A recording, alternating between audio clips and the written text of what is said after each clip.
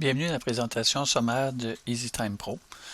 C'est un module ERP qui permet par le web avec iCloud d'avoir des fonctionnalités de facturation dynamique, facturation simple avec l'inventaire, de prise de commande, transfert de commande directement, gestion de temps, gestion de projet, gestion des calendriers, gestion des employés, suivre chacune des tâches en temps réel avec envoi de courriel, ainsi que l'utilisation par le système de tous les employés ou partenaires. Brève information, si on va dans l'accueil, on va avoir un tableau de bord qui nous donne une identification sur la compagnie avec le nombre de tâches qui existent, les tables hebdomadaires, journaliers, les paiements qu'on a reçus mensuellement, hebdomadaires ou journaliers, les facturations hebdomadaires, chargeables ou journaliers, ainsi que les soumissions en cours, les salaires présentement en cours, ainsi que les produits et services dans le système. Avec des icônes qui nous permettent de savoir le nombre d'usagers. On a présentement 13 employés actifs sur 100, avec notre licence nous permet. Facturation, on a 77 sur 1000 facturation. L'espace disponible qu'on a selon notre forfait. Le nombre de tâches présentement qui est dans le système, c'est 41. Le nombre de retards, il y a 18 tâches qui sont en retard. Les comptes à recevoir dans le système, il y a présentement 17,4 cas. Les éléments qui ont été envoyés par courriel, il y en a 58. Les éléments en attente pour envoi, il n'y en a aucun. La facturation, présentement, on pourrait utiliser la facturation dynamique. Il y a 8 000 qu'on pourrait facturer dynamiquement. Les produits et services, on a 513 à facturer en produits et services à l'instant. Ainsi que si on remonte, on a l'information d'un tel calendrier qu'on peut aller par mois pour tous les types de produits, que ce soit par les projets qui sont à une certaine durée, les tâches complétées, les soumissions, les congés des employés, les produits et services, les suivis, les bons de commande, les garanties. Puis il se rajoute de plus en plus de fonctionnalités dans les calendriers à tous les mois avec le logiciel avance. Dans le système, on retrouve des modules séparés par la gestion des clients qu'on est capable de gérer avec différentes, soit en glissant, soit en tapant les dons.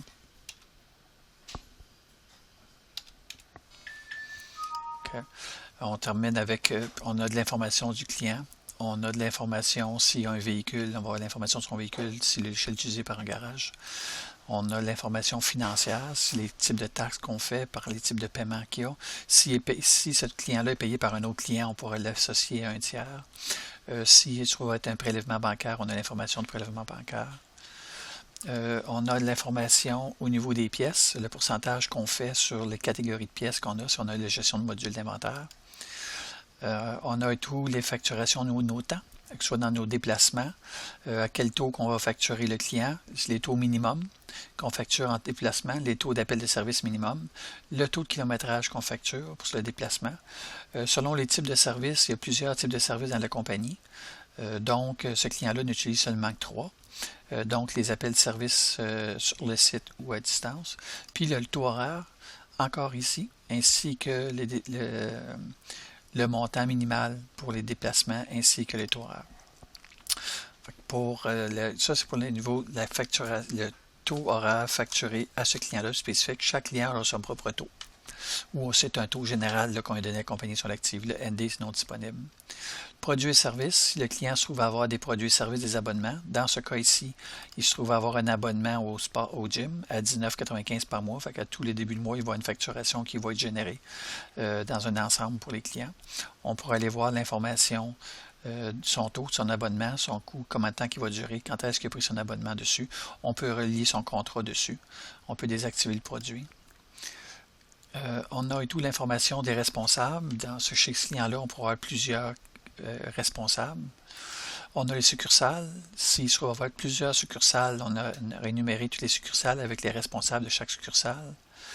On a les contrats. Si on a un contrat fixe, exemple que l'abonnement il sera retrouvé ici. S'il y a un autre contrat de service, ça sera retrouvé à l'intérieur.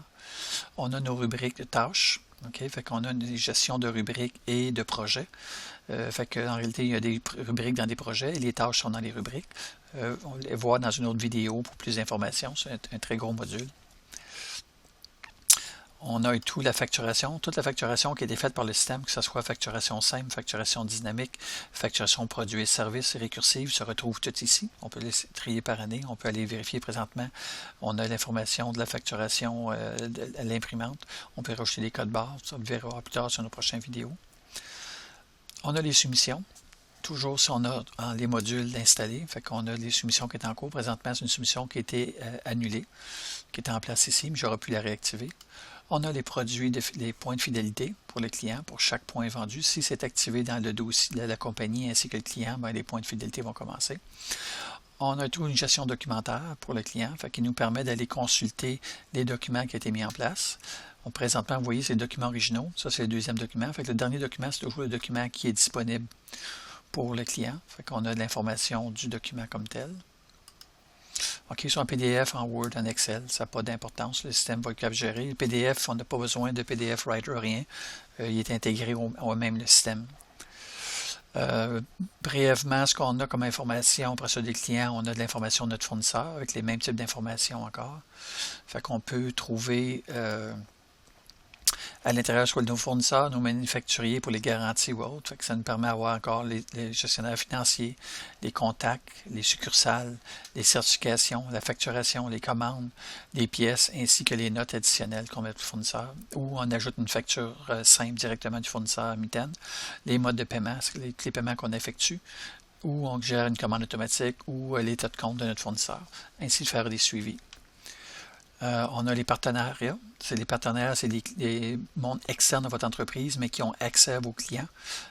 Donc, on prend un exemple, ça serait un third party. On ferait du service pour un client X, mais il y aurait le client A, B, C qui serait payé par le client X. Fait que dans ce temps-là, il donne un accès au portail qui accède à une section de ses clients avec seulement qu'avec certains droits qui vont limiter les accès par le portail web, qui va pouvoir avoir juste une certaine section du logiciel.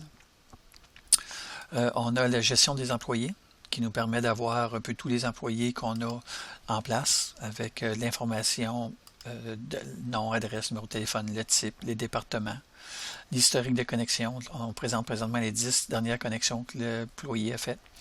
La formation qui est effectuée s'il y en a une, les accès avec les droits, tous les accès dans le système, qu'est-ce qu'on a le droit de faire, qu'est-ce qu'on n'a pas le droit de faire. Il s'en rajoute régulièrement. Dossier médical, qu'on peut rajouter des dossiers de CSST ou les congés de maladie ou absentéisme, on peut les rajouter à l'intérieur. Taux horaire qu'on apporte au client par l'employé, temps et demi, vacances, les vacances accumulées. Historique d'assignation, toutes les tâches qui sont assignées et qu'on a besoin d'une signature électronique. Ça, on va le voir dans un autre module. Les vacances et les congés qui est demandé. Fait que si on demande des congés, maladie ou autre, tous les congés vont se retrouver dans ces modules ici. Fait qu'on peut retrouver à chaque année les congés qui étaient donnés à un employé. Après ça, on se trouve à avoir avec l'inventaire. Si on a le module d'inventaire, ça nous permet d'être capable de faire une recherche sur chacun des items d'inventaire qu'on a en place. Fait qu'on peut déterminer avec les éco-frais s'il y a des éco-frais dessus. On détermine les garanties. Je vais juste configurer cela ici présentement. Fait qu'ici, on a l'information au niveau de la pièce. Si on gère le produit, tout simplement, la liste de catégories de produits, l'unité, longueur, largeur pour les transports. Mais si j'ai une caisse, si je mets un code du PC de caisse, automatiquement la section caisse rouvre. Si j'ai un code de palette, les palettes et tout rouvre avec la section pour avoir les poids, les palettes, la quantité qui existe par palette, par caisse. On verra ça dans un module plus en détail, dans une autre vidéo. Est-ce que cette pièce est active? Quel est le numéro? Est-ce que c'est un produit? C'est un service? L'exemple, ça serait un abonnement. Est-ce que cette pièce est sous garantie? Oui ou non? Si oui, c'est un manufacturier, le fournisseur interne. Puis le SEM va se balancer de ça. Lorsque ça va être la vente, va prendre ça en charge pour la garantie. Est-ce que cette pièce est disponible sur le oui ou non? Si c'est disponible, on donne accès au portail web. On a un module de catalogue électronique en ligne qui est directement en temps réel. Est-ce que cette pièce est gardée en inventaire, oui ou non? Est-ce que cette pièce est retournable? C'est un exemple avec un corps. Est-ce qu'il y a un numéro de série? Si oui. Est-ce que cette pièce a besoin d'une note obligatoire? Est-ce que cette pièce a fait partie d'un kit? Un exemple, une piscine avec la pompe, la toile, toute la quincaillerie autour, le filtre, le sel qui va aller avec, et ainsi de suite. Est-ce qu'elle fait partie d'un lot? C'est un peu l'information. Dans ces pièces-là, on peut mettre l'information au niveau des spécifications, mettre les documents qui est associés à la pièce, que le client, s'il achète cette pièce-là, va pouvoir la consulter en ligne. Toute la structure de prix, son coûtant, son vendant. Les images qui vont être associées pour qu'ils soient actifs par le web.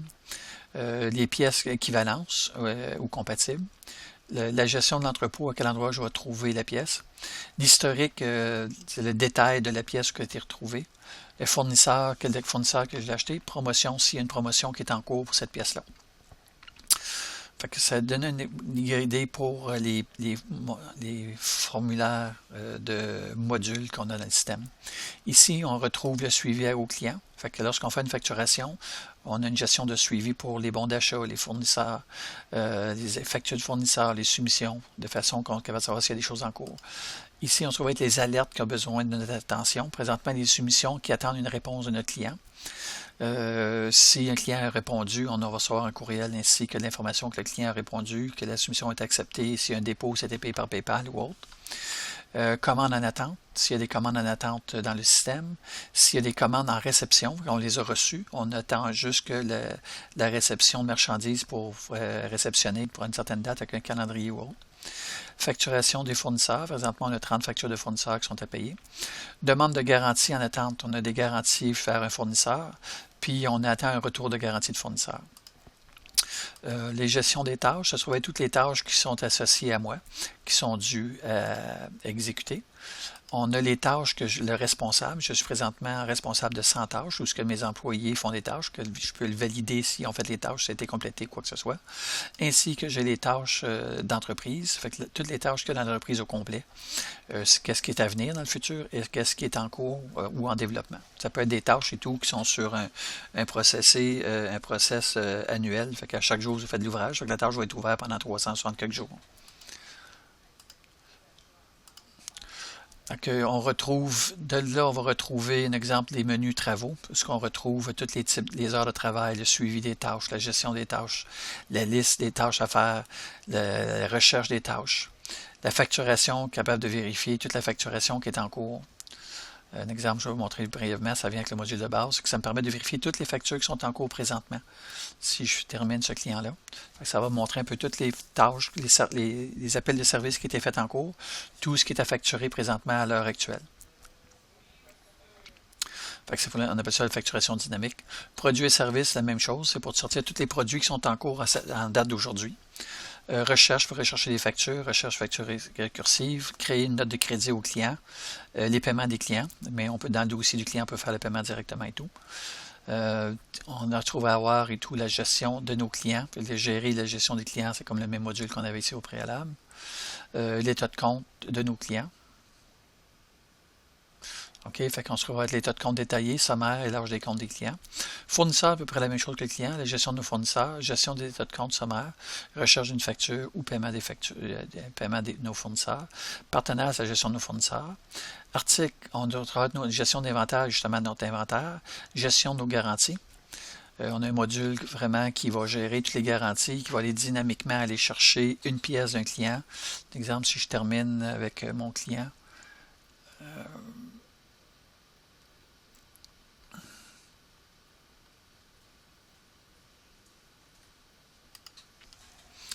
si je demande exemple Dragon, je vais aller chercher, ça me donne toutes les pièces que ce client-là m'a commandé, ça me détermine s'ils sont garantis ou pas. S'il l'est, je pourrais ouvrir et faire une demande de garantie, même s'il ne l'est pas, je peux faire quand même une demande en cas qu'il serait de sa garantie. Puis on va voir le processus de garantie dans une autre vidéo. Puis les promotions, c'est la gestion des promotions dans le système, on pourrait gérer les promotions Fête du Canada, puis à chaque année revenir à la fête, puis rajouter nos items, nos articles, puis qui seraient associés avec un prix spécial pour cette période-là. Calendrier, c'est la gestion de nos calendriers mensuellement, hebdomadaires ou journaliers. Gestion administrative, on retrouve toute la gestion de nos types de paiement, de catégories, de secteur client, garantie, fournisseur. C'est pour personnaliser vraiment votre environnement. Taxes, la gestion des taxes qui est propre à vous. On peut gérer une multitude de taxes. On n'est pas limité juste à la province de Québec, mais on pourrait en gérer, limiter le nombre de taxes pour déterminer si une taxe sur taxe et autres. Puis on fait les rapports de taxes.